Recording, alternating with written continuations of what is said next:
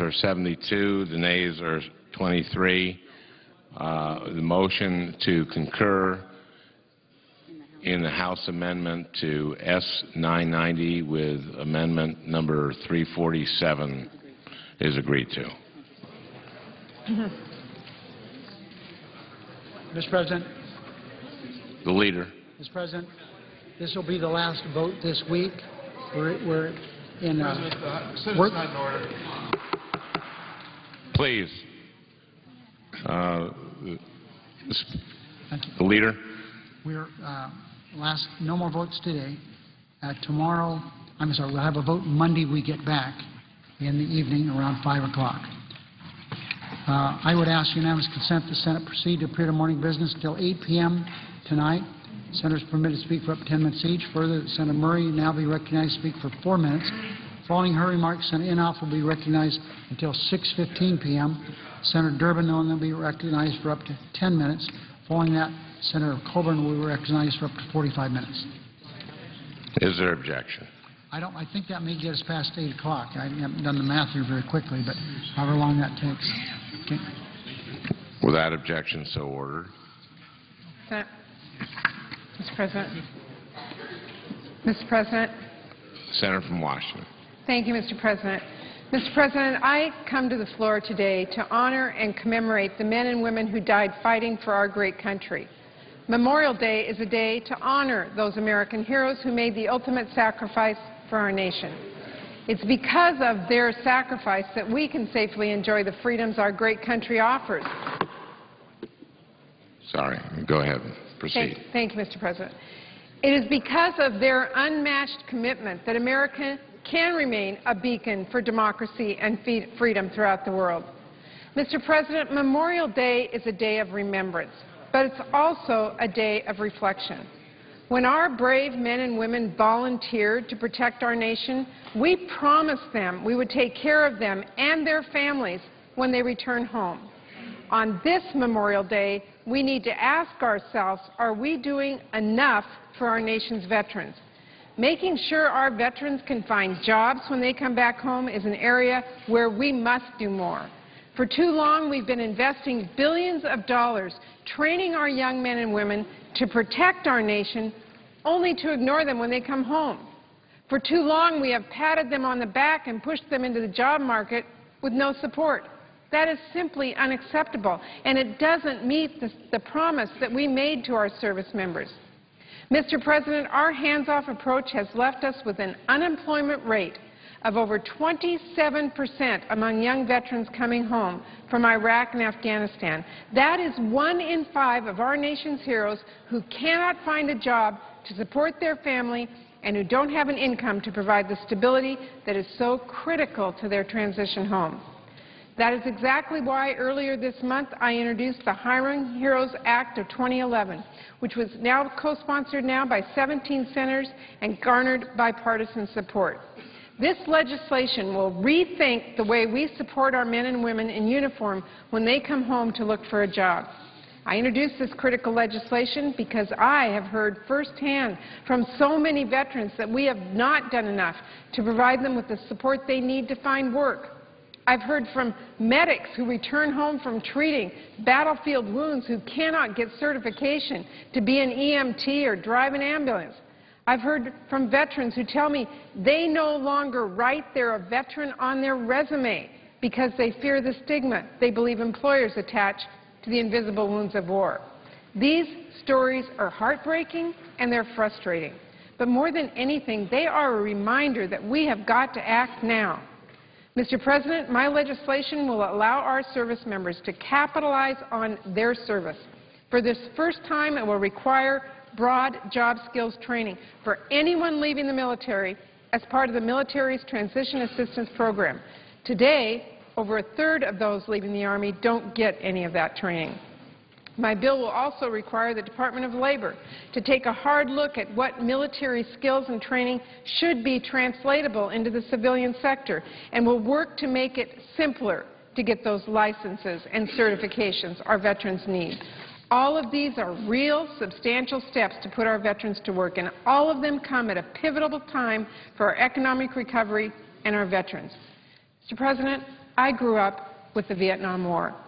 I've dedicated much of my Senate career helping to care for the veterans we left behind that time. The mistakes we made then cost our nation and our veterans dearly.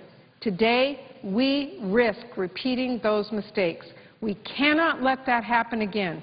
Our nation's veterans are disciplined, they're team players who have proven they can deliver under pressure like no one else.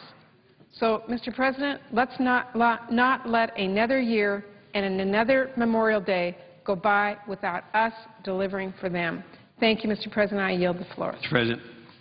Senator from Oklahoma. Mr. President, first of all, I ask unanimous consent that my time that would expire at 6:15 be extended to 6:30 and other times adjusted accordingly. Without objection. Mr. President, a few weeks ago, I had the opportunity to visit with one of my really, truly heroes. I don't want that up yet. Oh, that's all right. Go ahead and leave it up. That's okay. Benjamin Netanyahu, who's just here and graces with his presence this week. And I just last March, I was in Jerusalem, had some quality time with him, and we kind of relived experiences that we've had in the past. When he was Prime Minister before, and that was back in the middle of the 1990s, I had a chance to talk to him, and I can recall his concern at that time and what he said at that time. Two major concerns. One is what's happening in Iran, and then, of course, making sure that the land that is in Israel right now would stay there.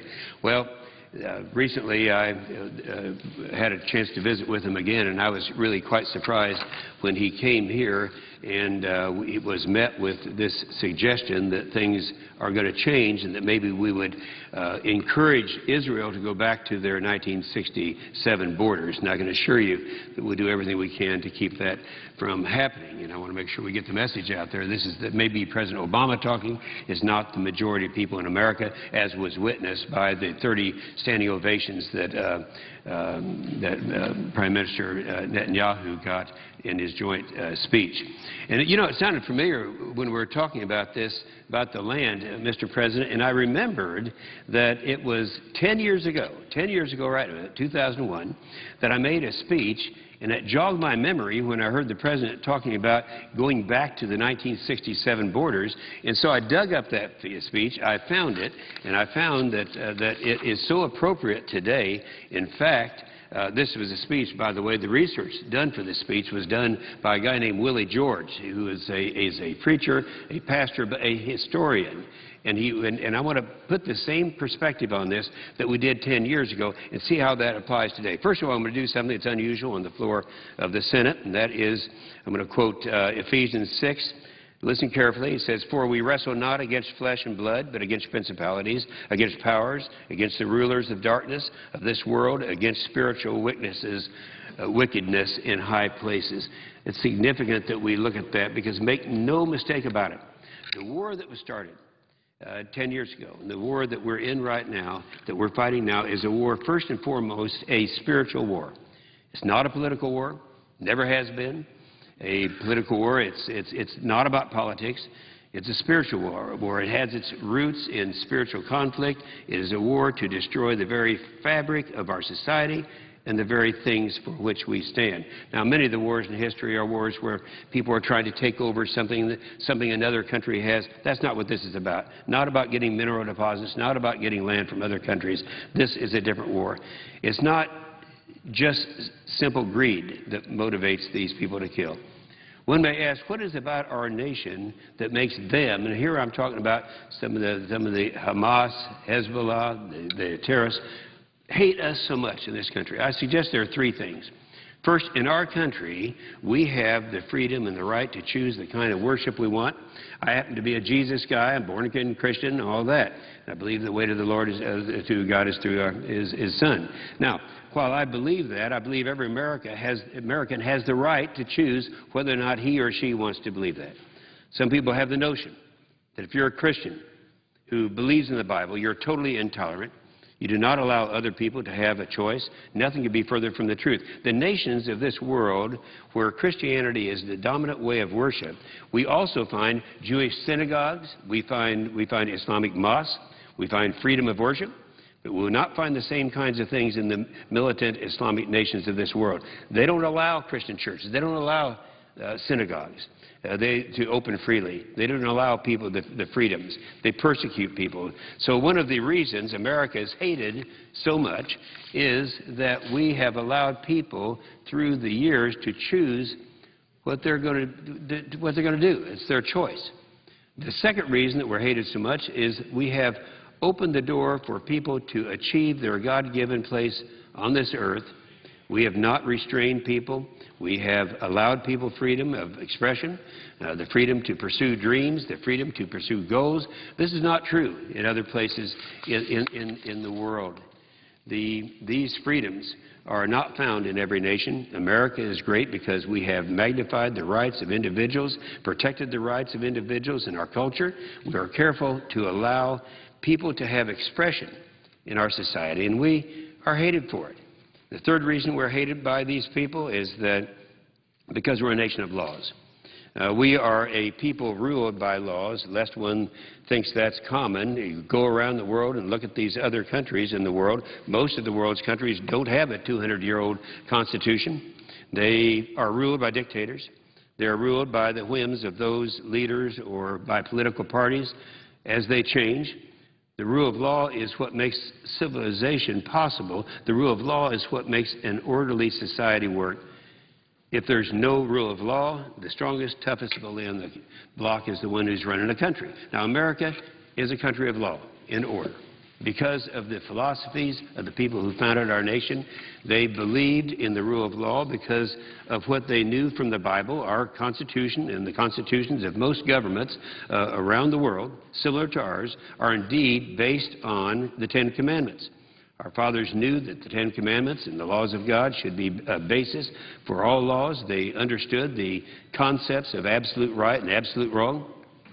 There were not many who believed in what we call today situational ethics, or where things change according to our needs.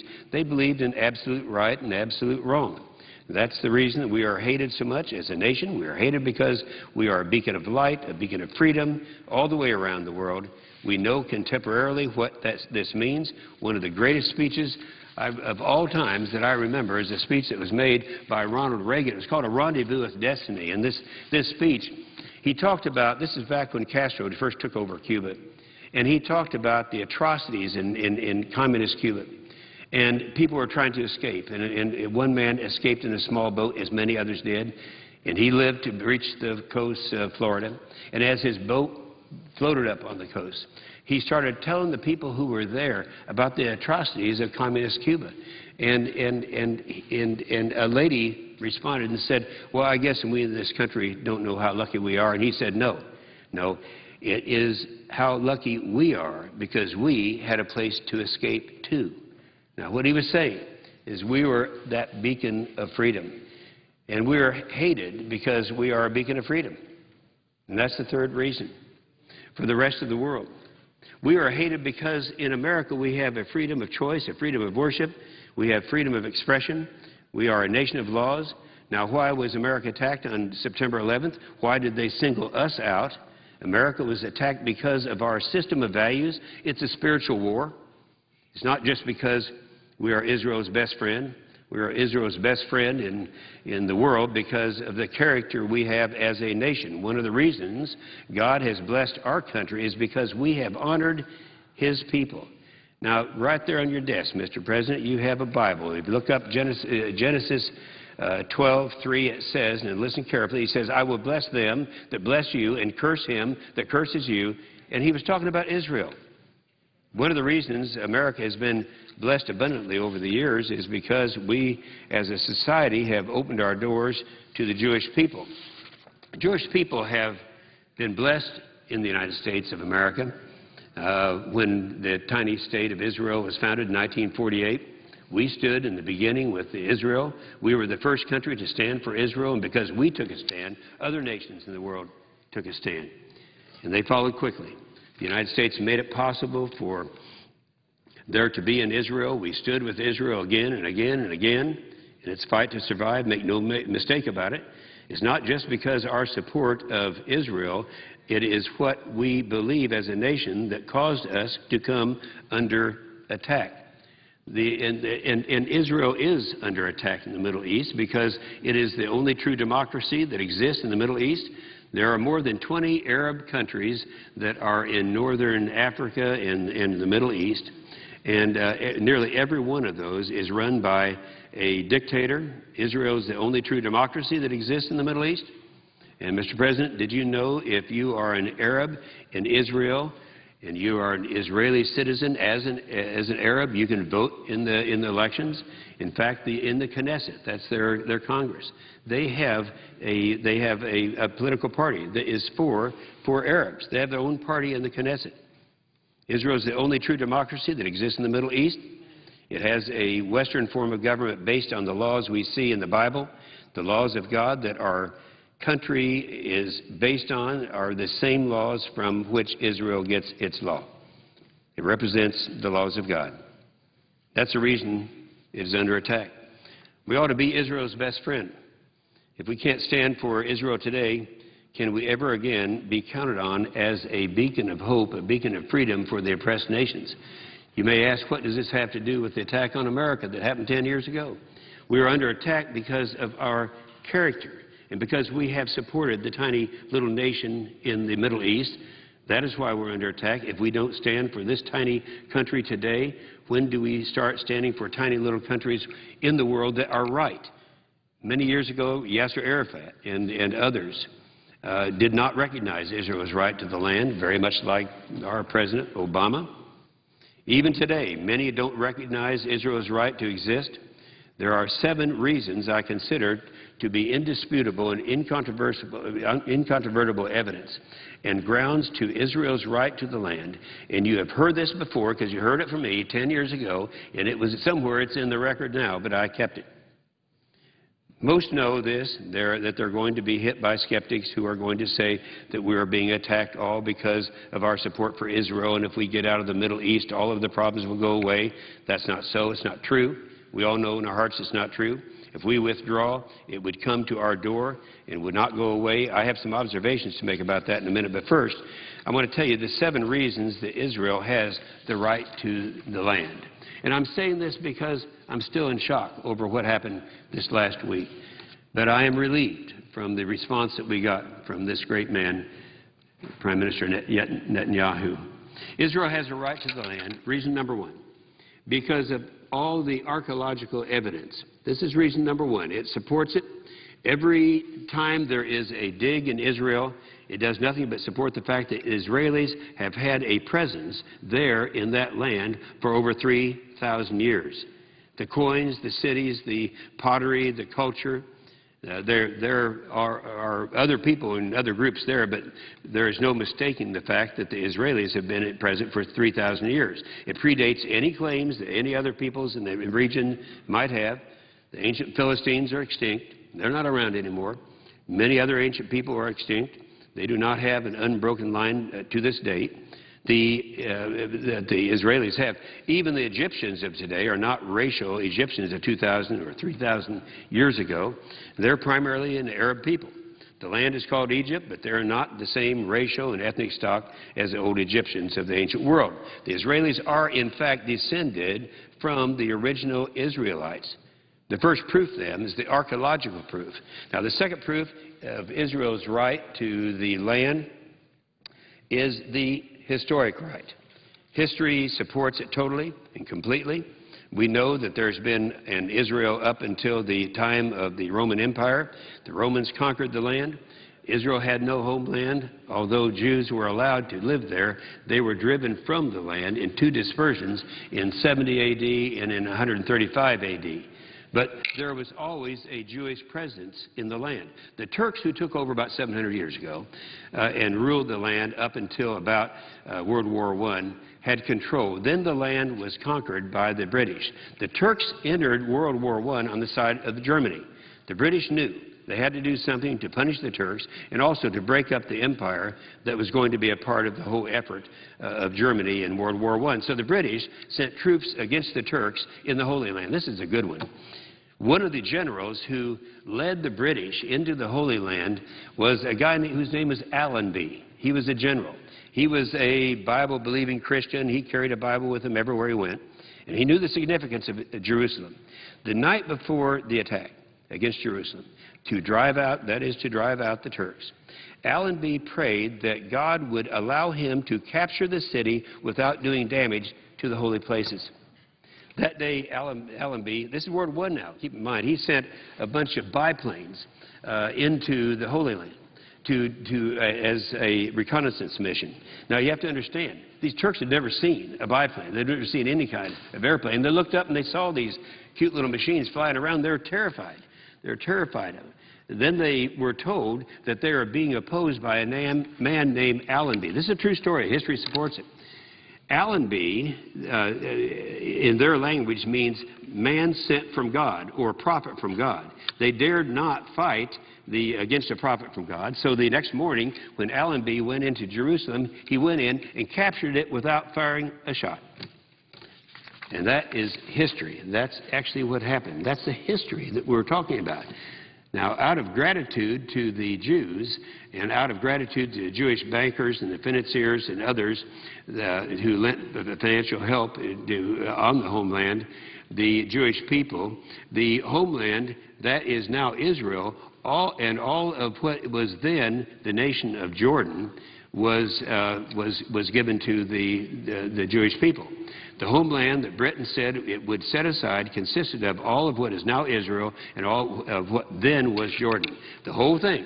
That was what the British promised the Jews in 1917. Now, in the beginning, there was some Arab population there and some Arab support for this gift. The land was not able to sustain any kind of a large population. The people, it just didn't have the development it needed to handle any kind of population in the land. It really wasn't wanted by anyone. Can you believe that? Israel was not wanted at that time by anyone. I want you to listen to what Mark Twain said. Remember Mark Twain? He did Huckleberry Finn and Tom Sawyer, and it was Samuel Clemens. He took a tour of the Holy Land in 1867. This is how he described it. We are talking about Israel. He said, and I'm quoting, he said, "A desolate country whose soil is rich enough but is given over wholly to weeds, a silent, mournful expanse. We never saw a human being on the whole route. There was hardly a tree or a shrub anywhere. Even the olive and the cactus, those fast friends of worthless soil, had almost deserted the country." Where was this great Palestine at that time? Where was the Palestinian nation? It didn't exist. It wasn't there. The Palestinians weren't there. Palestine was a region named by the Romans, but at the time it was under the control of the Turks. And there was no large population there because the land wouldn't support a large population. This is the report they had. There was a Palestinian Royal Commission that was created by the British. And it quotes an account of the conditions on the coastal plain along with the Mediterranean Sea in 1913. This is the Palestinian Royal Commission. This is what they said about Israel at that time. They said, quote, "The road leading from Gaza to the north was only a summer track, suitable for transport by camels or carts.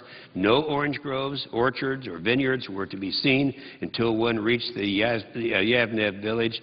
Houses were mud, schools did not exist. The western part toward the sea was almost desert. The villages in this area were few and thinly populated. Many villages were deserted by their inhabitants." And the French author Voltaire said that Palestine was a hopeless, dreary place. In short, under the Turks, the land suffered from neglect and low population. And it's a historical fact. The nation became populated with both Jews and Arabs. The land came to prosper when the Jews came back and began to reclaim it. Historically, they began to reclaim it, even if there had never been any archaeological evidence to support the right of the Israelis to the territory. It's important to recognize that other nations in the area have no long-standing claim to the country either. And, Mr. President, this may even surprise you. So I would say, Mr. President, did you know that Saudi Arabia was not created until 1913, Lebanon until 1920, Iraq didn't exist as a nation until 1932, Syria until 1941. The borders of Jordan were established in 1946 and Kuwait in 1961. Now, any of these nations who would say that Israel is only a recent arrival would have to deny their own rights as they were recent arrivals as well. They didn't exist as a countries. They were all under control of the Turks. So historically, the land was given to the Israelis in 1917, and then, of course, we know that Israel gained its independence in 1948. Now, so we have the archaeological reasons. We have 7 reasons: archaeological reason, historical reason. But here's the third reason. The third reason I believe it belongs to Israel is because of the practical value of the Israelis being there. Israel today is a modern marvel of agriculture. Israel is able to bring more food out of the desert environment than any other country in the world. The Arab nations ought to make Israel their friend and import technology from Israel that would allow all of the Middle East, not just Israel, to be exporters of food. Right now it's only Israel. So Israel unarguably has the success in its agriculture. They have been able to develop it when nobody else has. The fourth reason I believe that Israel has the right to the land is on the ground of humanitarianism. You see, there are 6 million Jews slaughtered in Europe in World War II. The persecution against the Jews was very strong in Russia since the advent of communism. Persecution was against the Jews even before that time under the Tsars. These people have the right to their homeland. If we are not going to allow them a homeland in the Middle East, then where? What other nation on earth is going to cede territory? They are not asking for a great deal. You know, the whole nation of Israel fits into my state of Oklahoma 7 times. So on humanitarian grounds alone, Israel ought to have the land. The fifth reason that I disagree with President Obama and think that Israel should have the right to the land without any changes, not going back to 1967, is because it is a strategic ally to the United States. Now, whether we realize it or not, Israel is a detriment and an impediment to certain groups hostile to democracies and hostile to those things that we believe in, hostile to the very things that make us the greatest nation in the history of the world. Israel has kept them from taking complete control of the Middle East. If it were not for Israel, they would overrun the region. Israel is our only strategic ally. And, Mr. President, it's good to know that we have a friend in the Middle East that we can count on. They vote with us in the United Nations more than England, more than Germany, more than Canada, more than France, more than any other country in the world. And so they have been our consistent ally for strategic reasons. The sixth reason that Israel should be entitled to the land is that Israel is a roadblock to terrorism. The war we are now facing is not a war against a sovereign nation. It is a fluid group of terrorists moving from one country to another. They are almost invisible. That is who we are fighting against. We need every ally we can get. If we do not stop terrorism in the Middle East, it will be on our shores. Now, I've said this and said this and said this. One of the reasons I believe the spiritual door was open for an attack against the United States is because of the policy of our government has been to ask the Israelis to demand with pressure that they not retaliate against the terrorist attacks that have been launched against them. Now, since its independence in 1948, Israel has fought 4 wars. In all these wars, they were not the aggressor. They weren't the aggressor in any of the wars. Some people might argue that with Egypt that they were the first ones there. No, Egypt was building up, and everybody knew what was going to happen. You have to understand that in all 4 cases, Israel was attacked. Well, Israel won all 4 wars against impossible odds. They are great warriors. I've spent some time over there. They consider a level playing field to be outnumbered 2-to-1, and they're great people. There are 39 Scud missiles that landed on Israel's soil during the Gulf War. Our president asked Israel at that time, remember our policy was to try to get them not to respond. We asked them at that time not to respond. In order to have the Arab nations on board, we asked Israel not even to participate in the war. They showed incredible restraint, and they did not. And we asked them to stand back and not do anything over these attacks. We have criticized them. They have been criticized in our media. Our local people in television and radio offer criticism of Israel, not knowing the true issues. We need to be informed. Years ago, I was so thrilled when I heard a reporter pose a question to our former Secretary of State, Colin Powell, during the Gulf War. He said, Mr. Powell, the United States has advocated a policy of restraint in the Middle East. We have discourage Israel from retaliation again and again and again, because we have said that it leads to continued escalation, that it escalates the violence. He said, are we going to follow, we, the United States, going to follow that preaching ourselves? Mr. Powell indicated that we would strike back. In other words, we can tell Israel not to do it, but when it hits us, we're going to do it. And that's one of the reasons that I believe the door was open, because we held back our tiny little friend. We have not allowed them to go to the heart of the problem. This was a mistake. Terrorism is not going to go away. If Israel were driven into the sea tomorrow, and every Jew in the Middle East were killed, terrorism would not end. You know that in your heart. Terrorism would continue. It's not just a matter of Israel and the Middle East. It's the heart of the very people who are perpetrating this stuff. You know, should they be successful in overrunning Israel?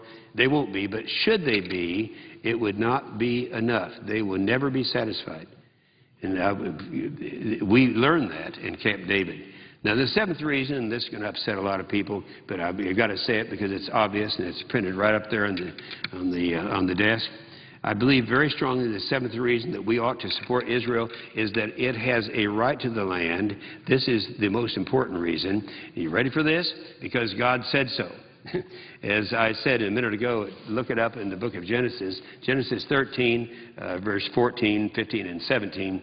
The Bible says, the Lord, this is very specific too. This is very interesting. A lot of people forget this. The Lord said to Abraham, lift up now your eyes and look from the place where you are northward, southward, eastward, westward, for all the land which you see, to you will I give it, and to your seed forever.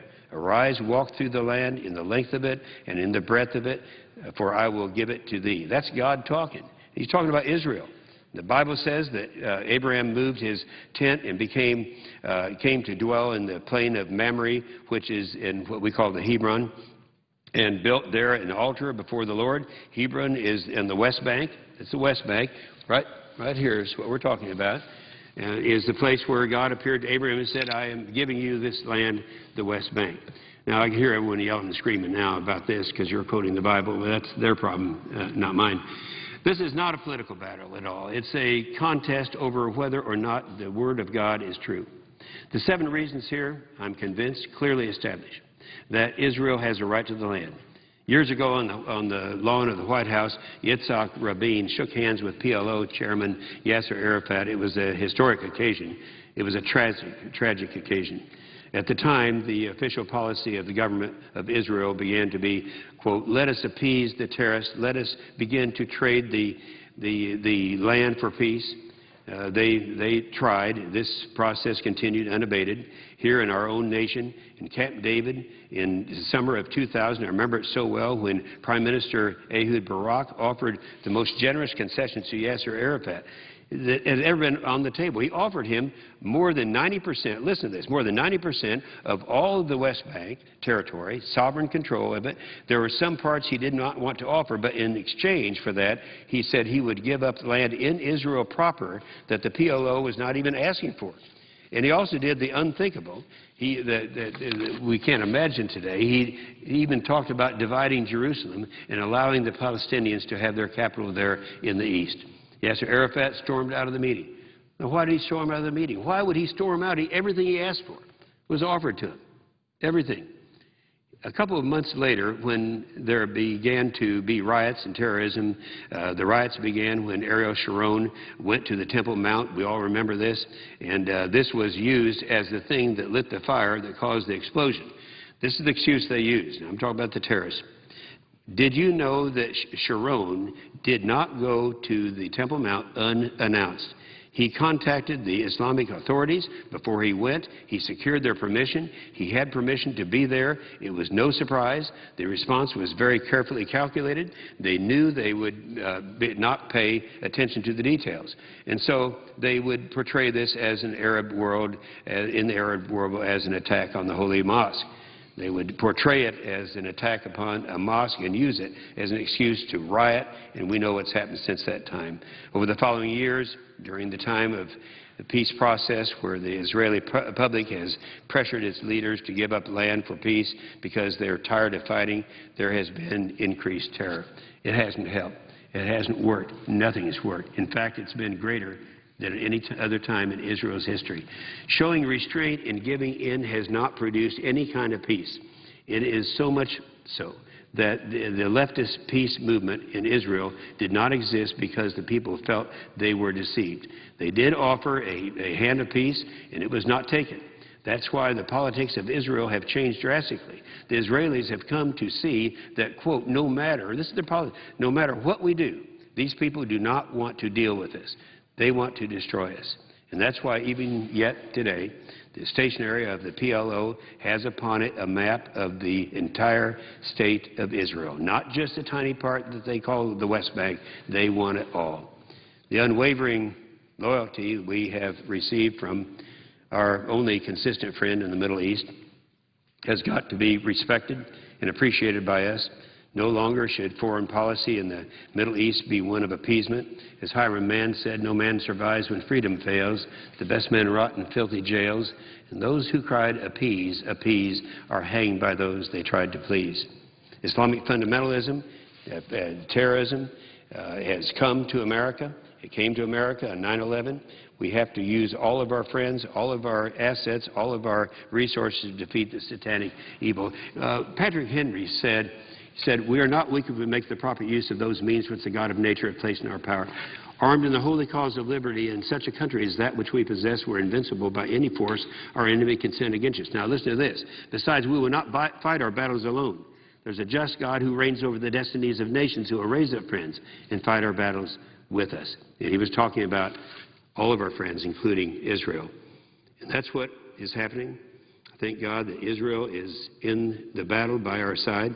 It's time for our policy of appeasement in the Middle East and appeasement to the terrorists to be over with our partners. And victory, it's going to have to be an absolute victory. I mentioned that a few weeks ago I was with Prime Minister Netanyahu in Israel, and at that time his concern, he had this growing concern for the land. We didn't know what was coming. We didn't know what was going to happen. We didn't know that which did happen just a week ago was going to happen. And I'll quote this now from the Associated Press. It said, Prime Minister, I was so proud of him. Think of the courage this took for Prime Minister Netanyahu to stand next to the most powerful man in the world and make a statement like this. He said he sat alongside President Barack Obama on Friday and declared that Israel would not withdraw to the 1967 borders to help make way for an adjacent Palestinian state. Obama had called on Israel to be willing to do just that thing. Last, Prime Minister Netanyahu said, he said his nation could not negotiate with newly constituted Palestinian unit governments, and that includes the radical Hamas movement, which refuses to recognize Israel's right to exist and is committed to Israel's production. And, Mr. President, those are the 7 reasons that I believe the land belongs to Israel. We need to respect that, and we need to declare, God bless Israel. Mr. President, I know I've got just a couple of minutes left. I would like to cover one last thing, because something is about to happen in the next week. Some people are going to be killed. It has nothing to do with Israel, nothing to do with the subject here. But it is something that is really very, very serious. You might recall 6 different times on the floor of the Senate, I've talked about the problems that are taking place in a country in Africa, West Africa, called Cote d'Ivoire. The fact that we had a president, his name was Laurent Gbagbo, his wife Simone. They were ruling. An election came along. It was stolen from him. It was by a man named Alassane Ouattara. It was from up in the northern part of Cote d'Ivoire. And what I've done is tried to show, I explained well before this all happened, before we got involved, that France and the United Nations and now our State Department joining in with them. This is a picture that was in yesterday's paper, and this is one of Ouattara's death squads that is killing people in Abidjan, which is the capital. And We show this picture, and it's one that shows that this is still happening today. Reprisal attacks are still being committed by forces loyal to the Alassane Ouattara of the Ivory Coast, 6 weeks after he came to power, vowing peace and reconciliation. And it also said that the French and the UN, along with Ouattara, championed by the United Nations during the deadly post-election conflict, has failed to condemn atrocities against real or perceived supporters of ousted President Laurent Gbagbo. There they are. There's the death squads of Ouattara. And that's a picture of them. You can identify them with what they're wearing. They're in there killing people. We don't know how many tens of thousands of people they have murdered in cold blood.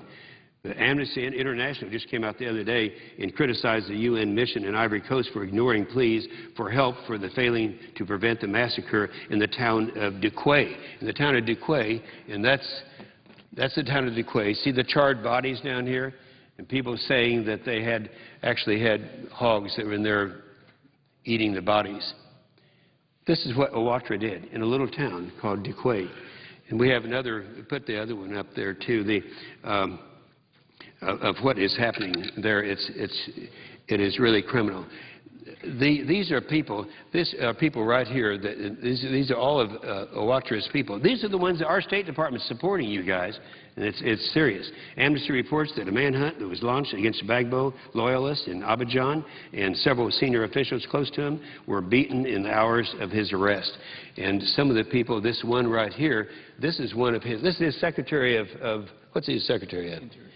Yeah, Secretary of Interior right there. And they're trying to say, we had a hearing the other day, and our State Department tried to say that Ouattara is now hiring a lot of the people from the cabinet of Laurent Gbagbo. There is the Secretary of Interior. They shot him in the face, across the face, so it would take him a long time to painfully die, and he died. Here's one being executed, another member of the cabinet.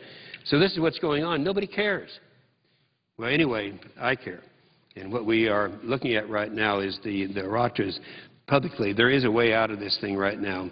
What has happened is that Ouattara is trying to figure out a way to kill the President and the First Lady. And I will wind up by letting you know and seeing firsthand what we're talking about. Let's go with the President first. President Gbagbo is one I've known quite well. He's a jovial guy. This is a picture of him right now as I remember and as I've spent a lot of time with him. Right after his arrest, put the next picture up. He was beaten almost to death. You can see what's happened to him in his face. His wife is a beautiful lady. Her name is Simone Gbagbo. I've been with her many times. She is a beautiful lady. She's the First Lady. I first knew her 15 years ago when she was a member of Parliament before they were even married. So there she is. You won't find a more beautiful lady than that. After they went in there and ravaged their home, Ouattara, with the help of France and the United Nations and in agreement with our State Department, this is what she looked like the next day. They went in and grabbed her by the hair, pulled her hair out, and you can see other things that were happening to her. And the last thing I hesitate to put up, but this one you have to put your imagination to work, and it doesn't take a lot of imagination to see what is happening in this. There she is, the beautiful First Lady of, and just imagine what is happening with all of Ouattara's people around her. Well, what's the answer to this thing? All we have to do is encourage the State Department to take a different stand and say, let's take the Gbagbos, the President and the First Lady, allow them to have asylum. I've already located a country in sub-Saharan Africa who are willing to host them, and that's all that needs to happen. By the time we get back here, in 9 days from now, after this recess, both of them will be dead if we don't do something. As we speak right now, they're being tortured. So there we have it, folks. We have an opportunity to do it when we can save not only these people, but save those around him who have loved peace in Cote d'Ivoire. With that, I yield the floor. President. Senator from Illinois. Mr. President, I first want to thank my colleague from Oklahoma. He and I share a passion and interest in the continent of Africa. He has traveled there many, many more times than I have, but we have talked about the situation on that continent, and I want to give special accolades to him for continuing to raise the questions relative to that continent, the people who live there. It is an important part of the world and for too long has been exploited, and I'm glad that on a bipartisan basis we both feel that the United States should pay and focus more attention on that important continent. I thank Senator Inhofe. Mr. President, it's been 10 years ago now that I was contacted in my Chicago office by a mom in Chicago. She's a Korean American, and she had a problem. She'd come to this country with her young daughter from Brazil. The family was originally from Korea, but they came to the country from Brazil, and her daughter came at the age of 2, grew up in Chicago. She was a bright girl with a lot of talent and particularly turned out to be a musical prodigy. So by the time she was ready to graduate from high school, she had offers to go to the best music schools in America, the Manhattan School of Music, Juilliard School of Music, and as she filled out her application forms, there was a little blank on there and said citizenship. And she turned to her mom and asked, "What am I supposed to put here?" And her mom said, "I don't know. We never filed any papers. You were brought in here at the age of 2, and we better do something." And the daughter says, "What are we going to do?" And her mom said, "We're going to call Durbin." So they called my office and hoping that I could come up with a solution, and unfortunately I couldn't. The law is very clear. She not only would have been deported from America, she would have been deported back to Brazil, as I understand it, a place where the little girl had never really lived, or a language she'd never really mastered, and she was supposed to wait there for 10 years and try to get back in the United States. It struck me that that was unfair, and that's when I introduced the DREAM Act. And the idea behind the DREAM Act was to give children who are now in young adulthood a chance to become legal in America. And I introduced the bill 10 years ago and called it on the floor several times during the last 10 years. I think on every occasion we've had a majority vote. The last time we had 55 votes out of 100 in the Senate, but the filibuster rule requires 60, so we fell short of passing it. And what the bill says is very basic. The DREAM Act would give students a chance to become legal if they came to the United States as children, they are long-term residents of the United States, they have good moral character, they graduate from high school, and they complete at least 2 years of college or military service in good standing. It's not too much to ask to give these young people a chance. 2 weeks ago, I reintroduced the DREAM Act with 33 of my colleagues. I'm going to do everything I can to pass this legislation this year or next year. This is a matter of simple justice.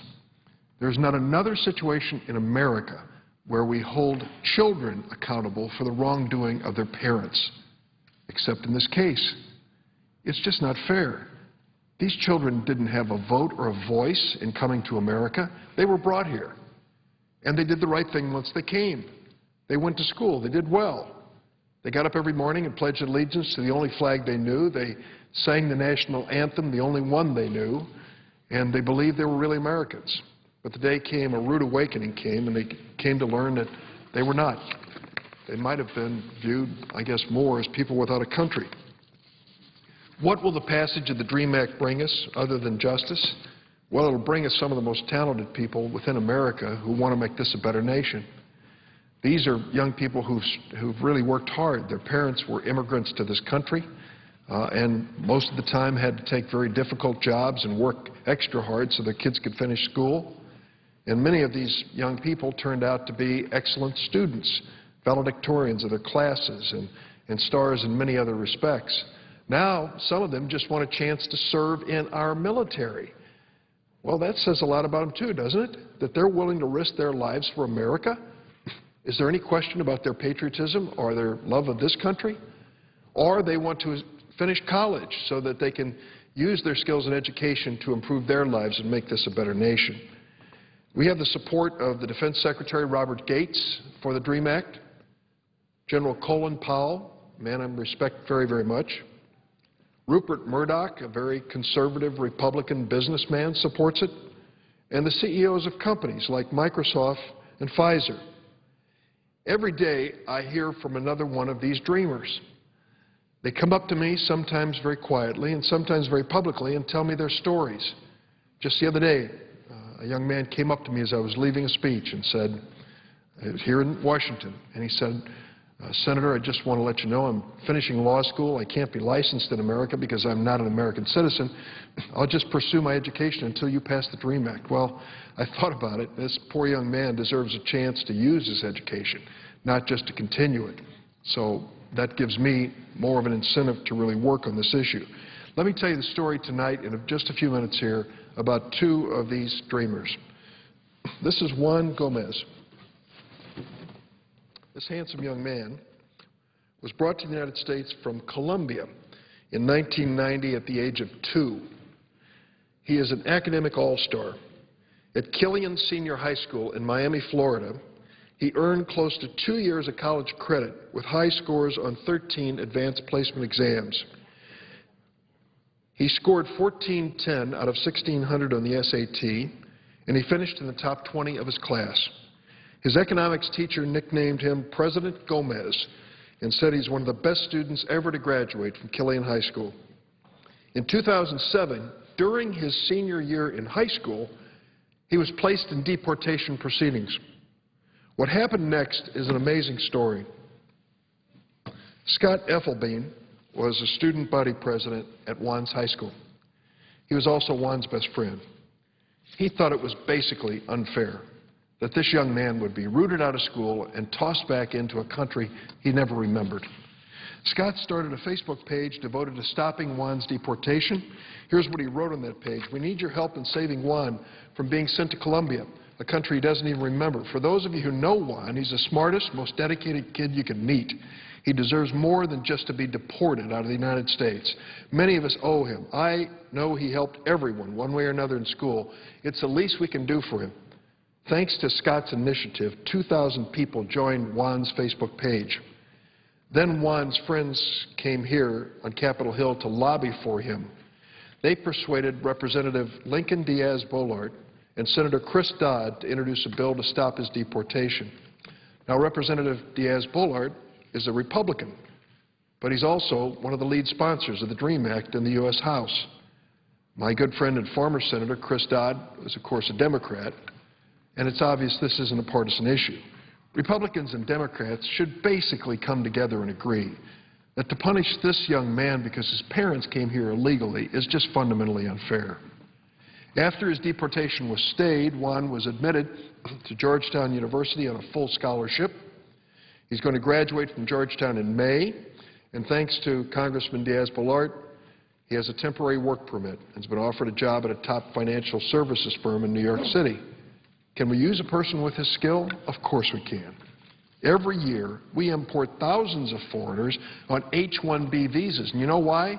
Because we say we need these bright minds in America. Well, if we need bright minds in America, why are we exporting those who were raised here and who can bring their skills and talents to a better life for themselves and our nation? Let me introduce another person to you. Her name is Ola Queso. She was brought to the United States by her mother from Albania in 1998 when she was 5 years old. Ola is a senior in high school in Warren, Michigan. She's the valedictorian of her class. She's taken every advanced placement class offered by her school. She has a 4.4 grade point average, a very bright young lady. Ola is on the varsity cross-country and tennis teams, treasurer of the Student Council, and treasurer of the National Honor Society at her school. She tutors students who are learning English. Ola was also a member of the homecoming court. This is a great picture. Here's a picture of her at her high school at homecoming. And she sent me a letter. She's been accepted into the honors program at the University of Michigan, where she will be a pre-med student. Here's what her letter said.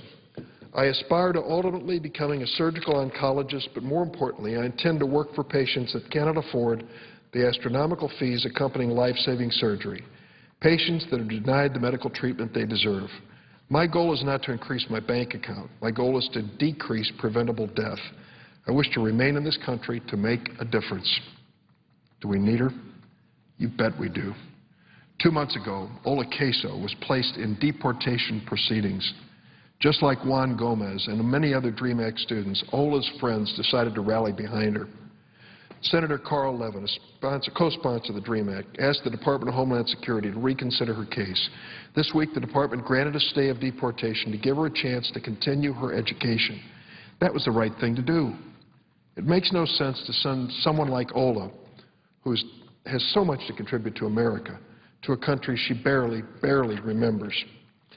Mr. President, I introduced the DREAM Act in 2001. Since then, I've met so many of these young students who would qualify for the DREAM Act. Juan Gomez, Ola Queso, they are Americans in their hearts. They are willing to serve our country and to die for it if we would only give them a chance. Simple justice and fairness requires it. I ask my colleagues to support the DREAM Act. It's the right thing to do. It will make America a stronger and better nation. One thing I'm sure of, if you give these young people, these young dreamers a chance, they won't let us down. Mr. President, I yield the floor.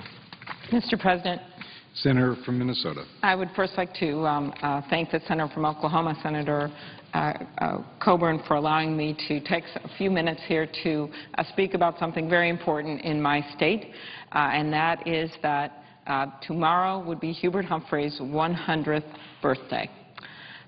Hubert Humphrey was our happy warrior in Minnesota, Mr. President, the son of a small-town South Dakota drugstore owner who lifted himself up through hard work and determination to become the mayor of Minneapolis, a United States Senator representing Minnesota, and the 38th Vice President of the United States of America. I actually have Hubert Humphrey's desk, Mr. President, something I requested when I got to the Senate. It somehow got in a different category, and I got the former Senator of New Hampshire, Gordon Humphrey's desk for the first 2 years. But then, lo and behold, with the last Congress coming in, I did get Hubert Humphrey's desk.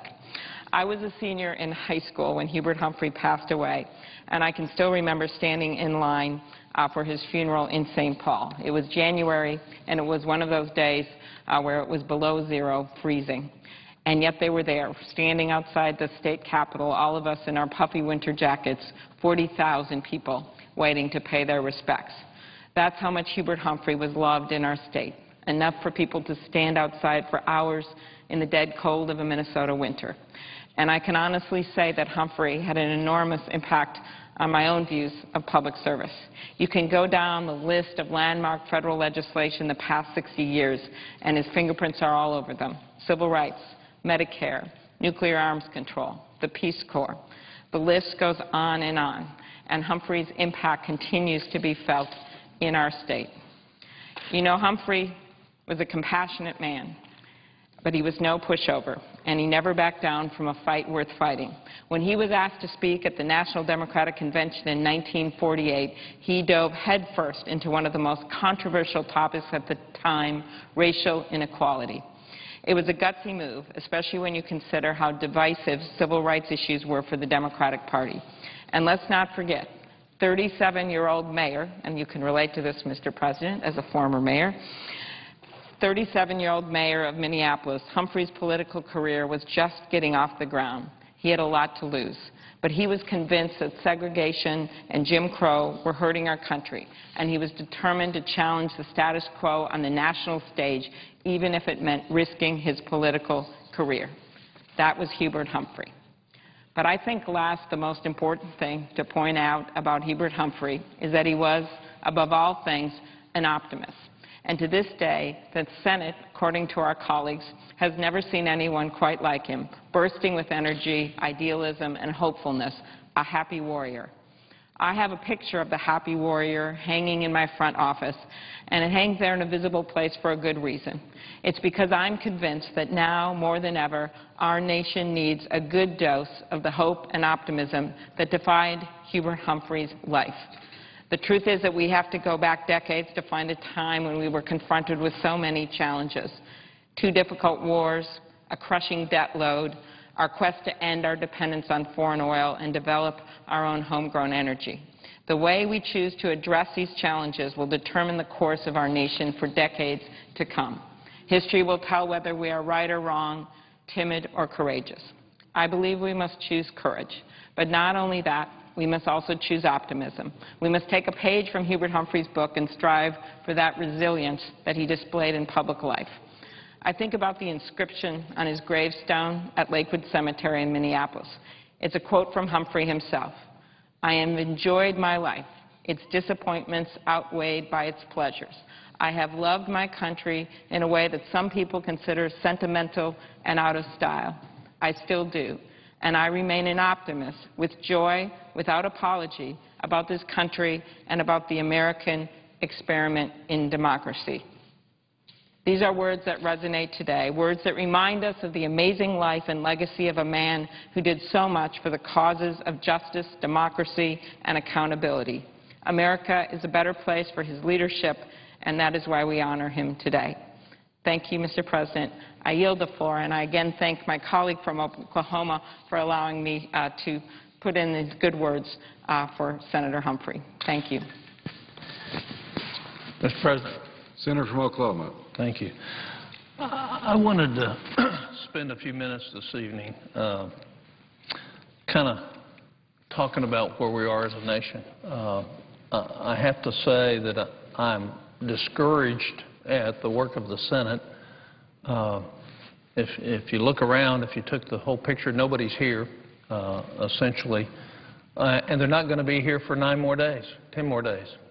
And the question I'd put forward is if your own personal household was in trouble, financially or otherwise, if you knew you weren't going to be able to pay the bills, if you knew your credit cards were maxed out, would you just sit on the couch and not do anything, or would you work to protect your family? Would you go out and do whatever you could, take advantage of every opportunity to secure the future for your family?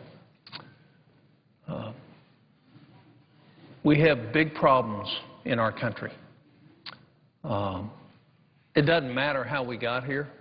The fact is that we're borrowing, or in non-Oklahoma speak, borrowing $4.3 billion a day.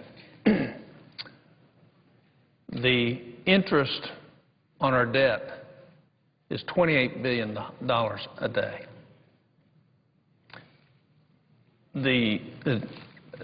I need to stand corrected. It's $2.8 billion a day. We are at a point where if we don't start making the very difficult decisions for our country because we're afraid of the political consequences of them, then we'll be like the person who had his family in trouble and didn't try to solve the problems. We don't have a budget. Yesterday we had political votes on budgets. It was a game.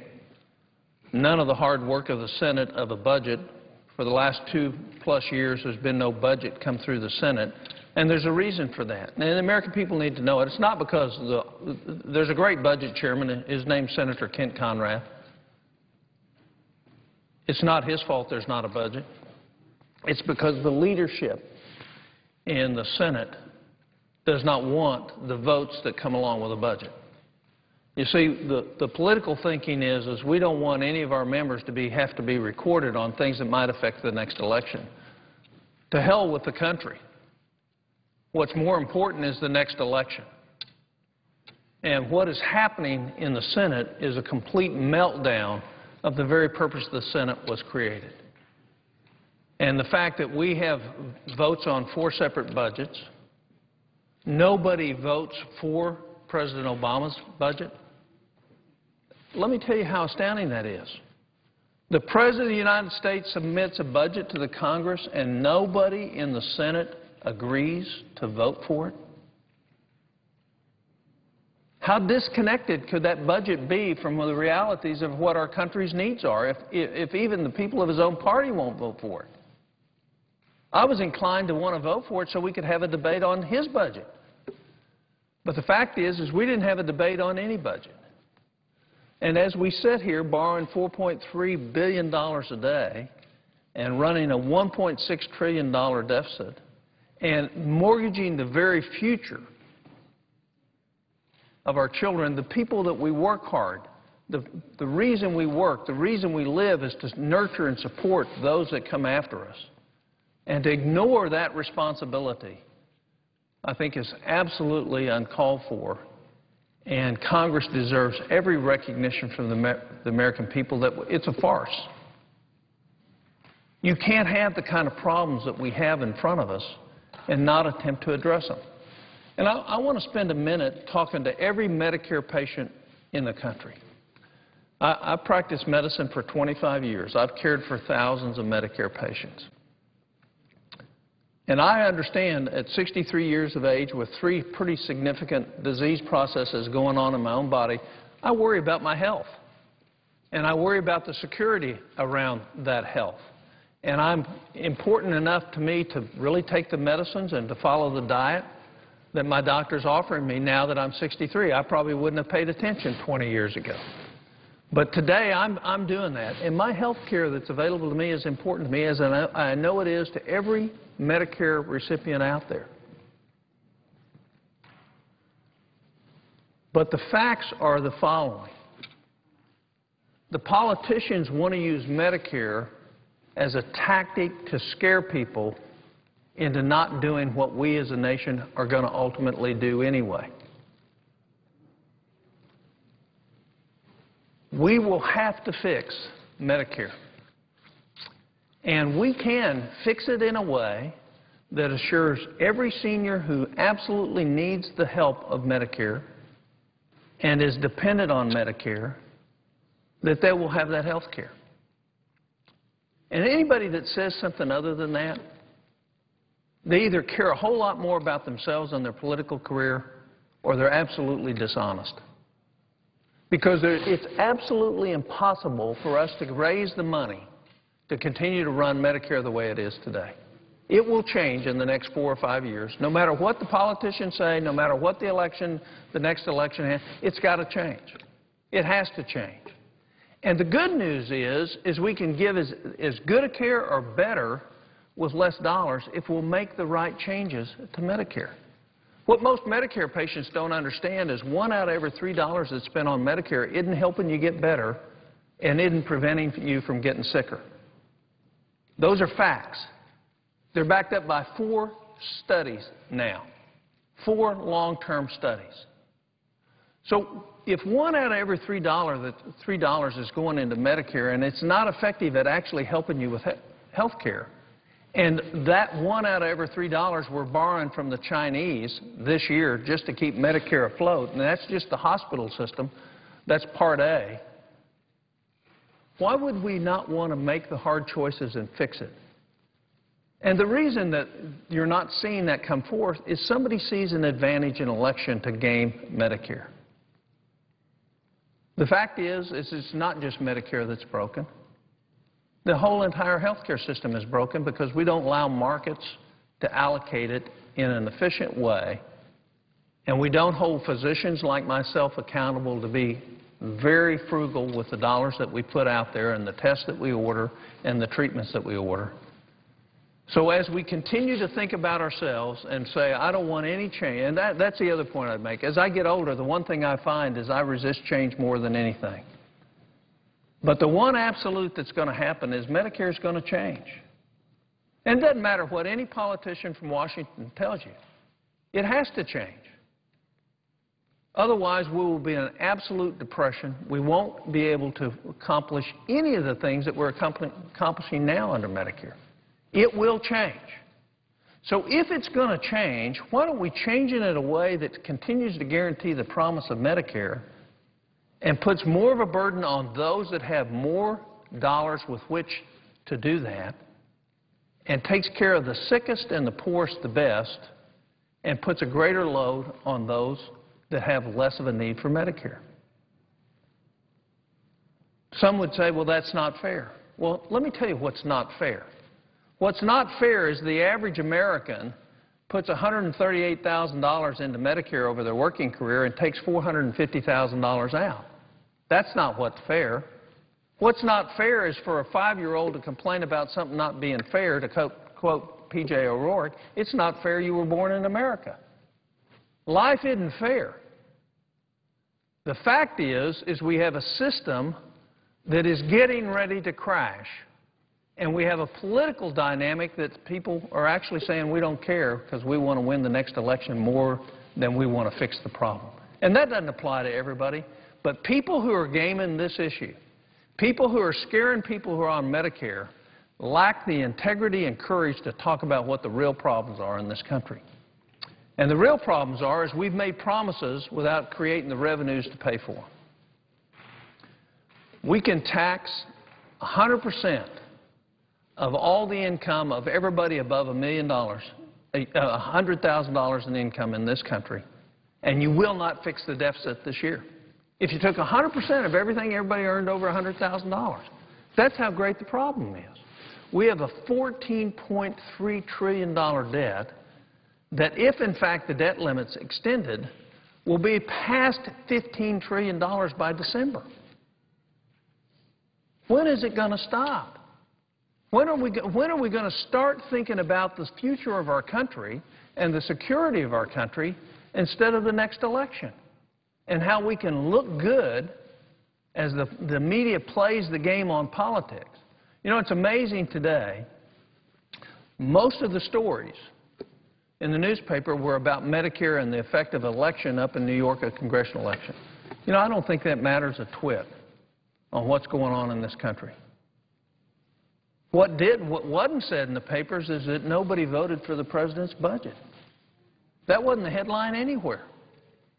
And it wasn't the headline that the Congress doesn't have a budget. The House has passed a budget. You don't have to agree with it, but at least they've passed one.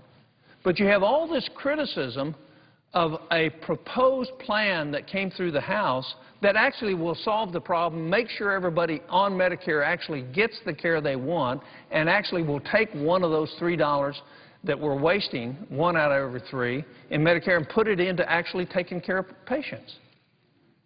But the people who are critical of that plan have no plan themselves. And if you have a plan, the plan is the following.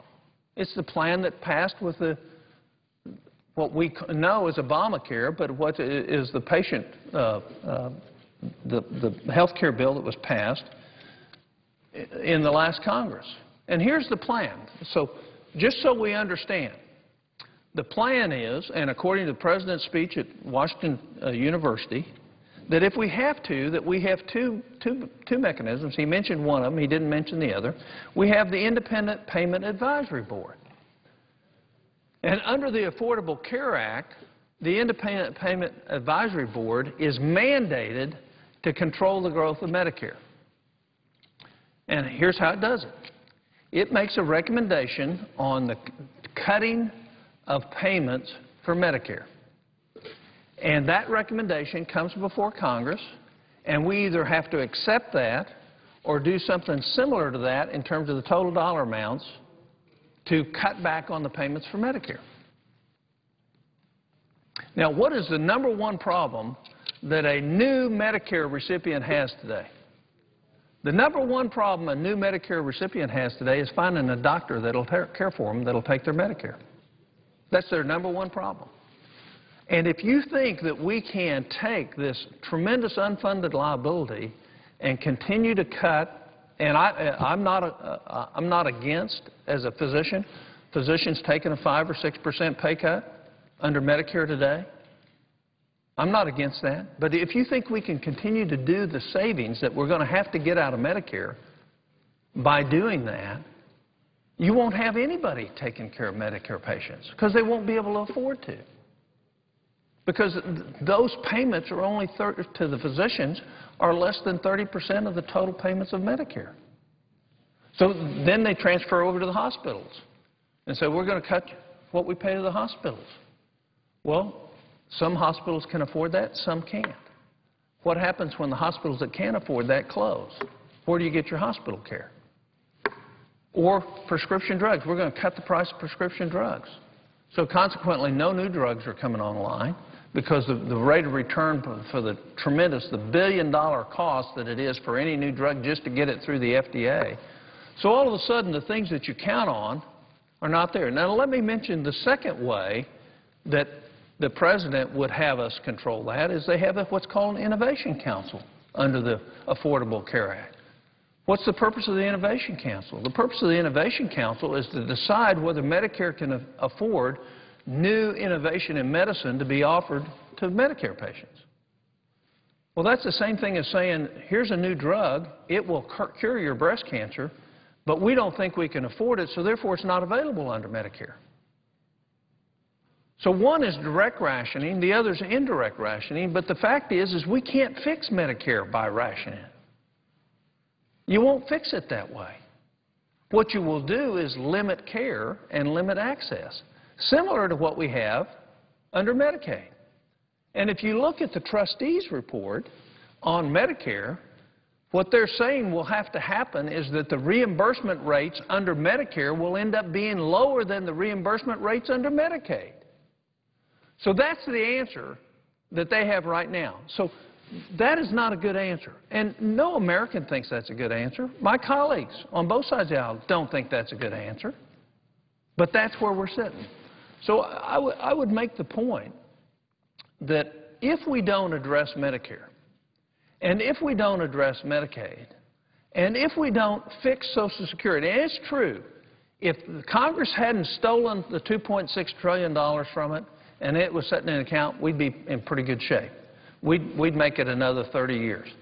But there's a problem in terms of paying back that money. Congress stole the money, spent it, and it's not there. So for us to get the $2.6 trillion, to keep it going until 2036, we have to borrow more money. We have to borrow that $2.6 trillion. And the problem is we're at a debt limit now, and we're getting very close to the time people are going to quit loaning us money. So we can fix Social Security to where it's for sure available as it is today. Actually, we can actually make it better for the poorest Americans. We can actually make it better. And we can assure that it's going to be working forever. But that requires change. And the political dynamic says, you can't touch Social Security.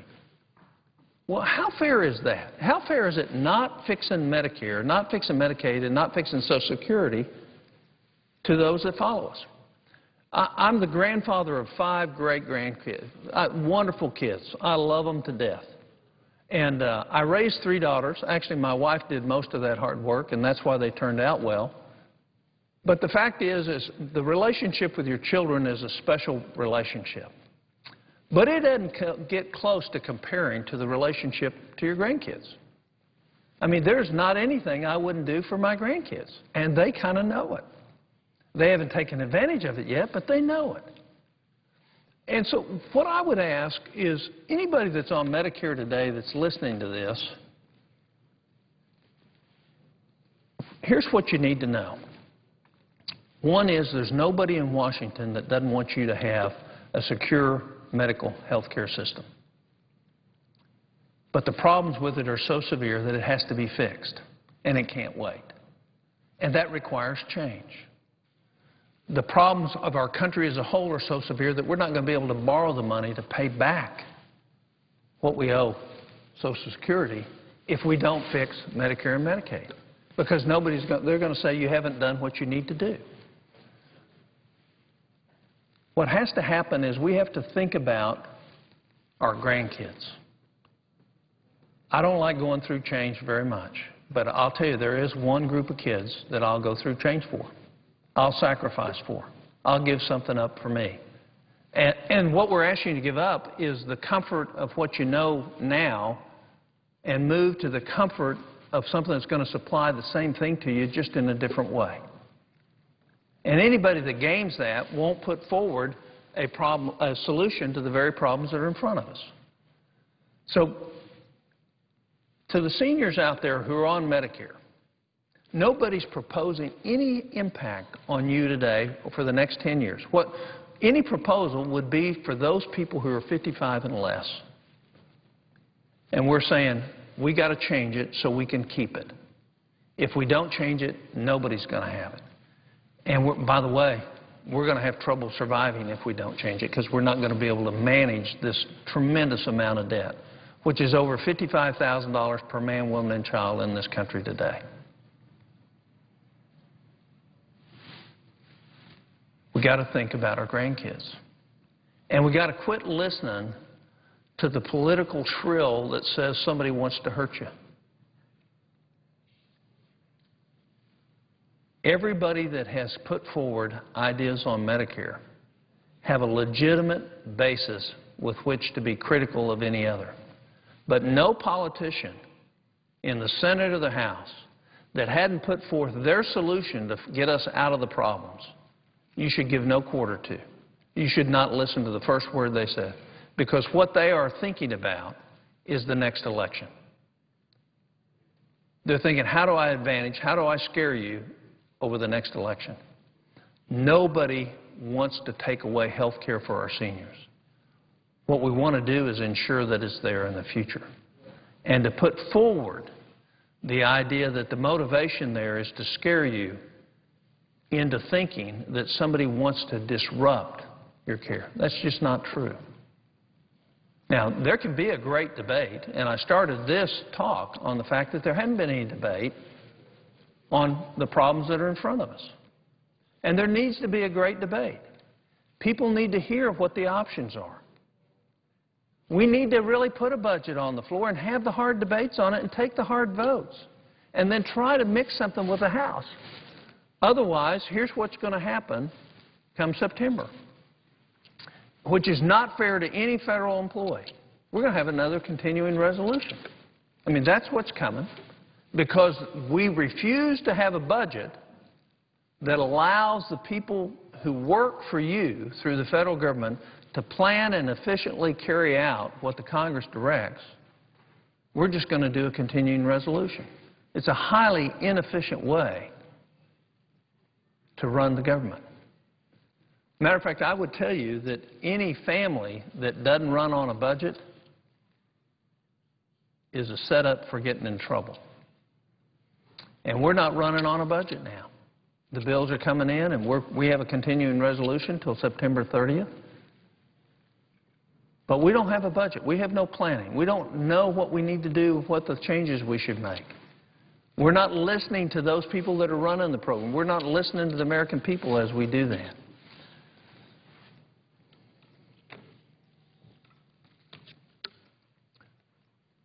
We can fix health care in this country. The problem is the cost of health care. And the reason it costs so much is the vast majority of Americans think somebody else is paying the bill. The vast majority of Americans think somebody else is paying the bill. I'll end with a story. I see my colleague from Alabama is here. I've delivered thousands of babies, but there's a particular group that I always enjoyed delivering because they were unique. And they were the best purchasers of health care I've ever encountered.